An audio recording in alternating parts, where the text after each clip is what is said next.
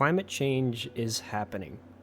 Thousands of studies performed across the world have documented increases in global Earth surface and ocean temperatures.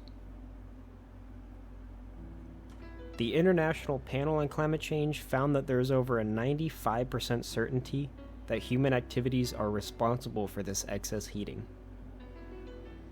Higher than average temperatures are leading to more heavy precipitation events, as well as a shrinking of glacier ice, which leads to faster rising sea levels.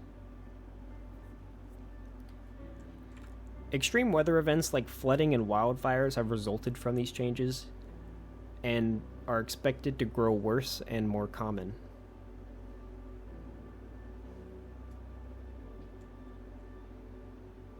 This is happening due to excess emissions of greenhouse gases, specifically carbon dioxide. Greenhouse gases trap outgoing heat from Earth's surface and warms the Earth like a blanket. Since the industrial era, the concentration of carbon dioxide in our atmosphere has increased to an unprecedented level, not seen for at least the last 800,000 years. The United States has, in total, contributed the most to these emissions and thus the most towards climate change directly. These emissions, with an increased use of fossil fuels, increased deforestation, and increased industrialization, are primarily responsible for the changes we see in our average weather over the last 6 decades. Earth is heating up. 2019 was the hottest year on record for Earth, and it's becoming increasingly important that we acknowledge that these changes affect the most vulnerable first, like those with a chronic illness or disease, children, the elderly, and pregnant women. For example, heat has become the single largest contributor to weather-related deaths in the last 30 years. Exposure to extreme heat, like those experiencing the recent heat wave over in Oregon and Washington, can intensify chronic conditions like heart and lung disease. In excess of over 600 people died as a result of the deadly heat wave that blanketed the Northwest in August 2021. And even short exposure to this sort of heat can impact one's health drastically. A warming environment can be dangerous and disastrous for our food production and food quality as well.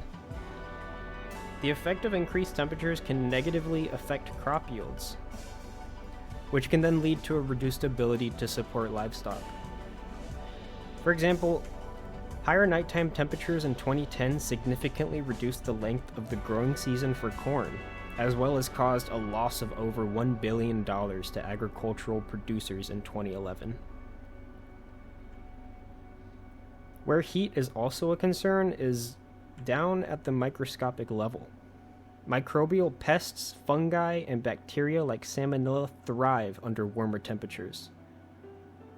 And these changing conditions can increase the prevalence of parasites and diseases that affect livestock directly and increase our risk of food poisoning and subsequent illnesses. And these things are why it's very important that we understand the full consequences of extreme weather events on all life and look towards sustainability and adaptation to these changes to help us prepare better for future events which are becoming more and more common. Many countries have pledged to reduce their total greenhouse gas emissions and offset their effects on the climate. But there are steps you can take in your life that act against climate change right now. The most important thing you can do is to spread your knowledge. Short messages repeated often by trusted messengers are key. Also, reducing your reliance on cars by increasing your use of active transport such as bikes or walking, or using buses or a subway can greatly decrease your emissions footprint. Increasing your consumption on plant-based foods can also decrease your emission footprint, as well as recycling more. This can lead to less gas emissions from decomposition, of burning of trash, and less trash in the ocean. This is only the beginning of what you can do in your power to mitigate climate change and sustain the future of our world.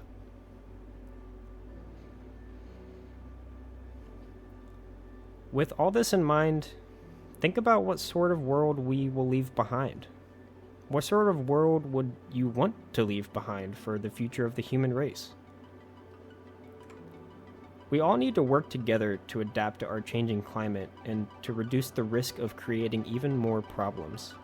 From government agencies to private industries, communities, and especially individual people, it takes effort across all sectors of our human population to ensure our longevity and quality of life for ourselves and for those who come after us.